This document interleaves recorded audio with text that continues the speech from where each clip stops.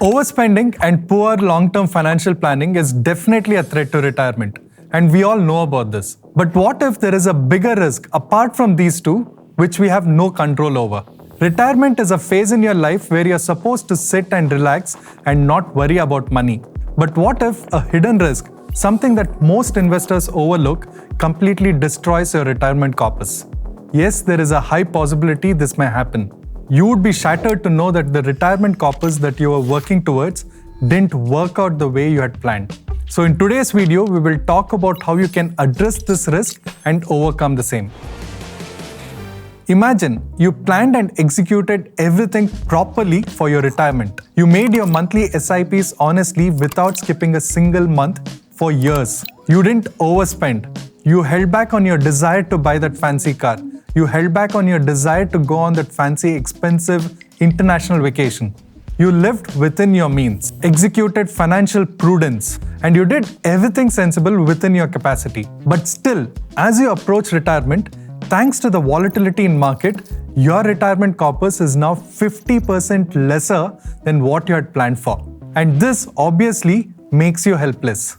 Well, this is a real problem and there's a term for this. It's called sequence risk. Let's dig deeper. You and I won't be wrong if we say that on long-term basis, the returns from market is about 10% on average.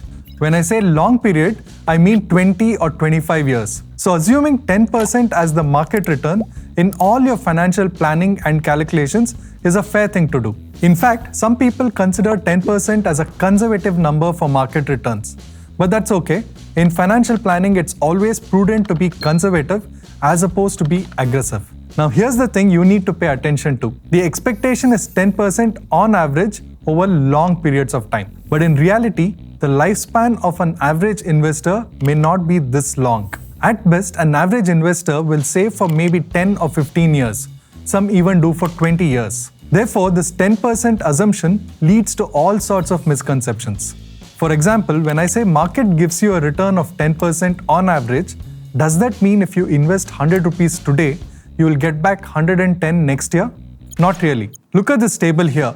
Yes, on average for 25 years, the return is 10%. But for your personal investing experience to match this statistic, you need a lot of luck. In the table here, there are 7 years of negative returns and 18 years of positive returns. Assume you're investing for a 15-year period. What if the sequence of returns is such that these 7 negative return years are within your 15-year investment period? Well, in that case, unfortunately, your return is not 10%, but a return which is way lower. And this can offset your retirement planning by a large degree. In fact, even a situation wherein you encounter 1 or 2 large negative return years towards the end of your savings tenure, wherein you don't have a long runway, will offset your financial goals by a large degree. This is called sequence of return risk, and this is exactly how it can ruin your retirement planning. A simple solution for this is to invest in a basket of assets whose returns are uncorrelated with one another. For example, gold and equity and debt funds. And this is the reason why asset allocation is super important. The idea with asset allocation in your portfolio is that if one asset goes down in your portfolio, the others compensate for it. If you're young and planning for retirement today, it is okay to be equity heavy in your initial years. But as you progress and move towards the second leg of your investing journey, make sure you diversify your portfolio.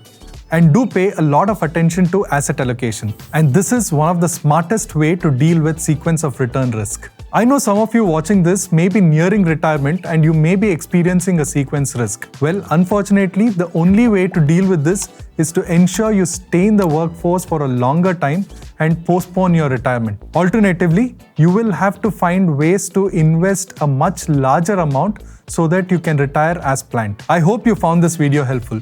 If you have any suggestions to manage sequence of return risk, then please do comment and let us know. I'll see you in the next one.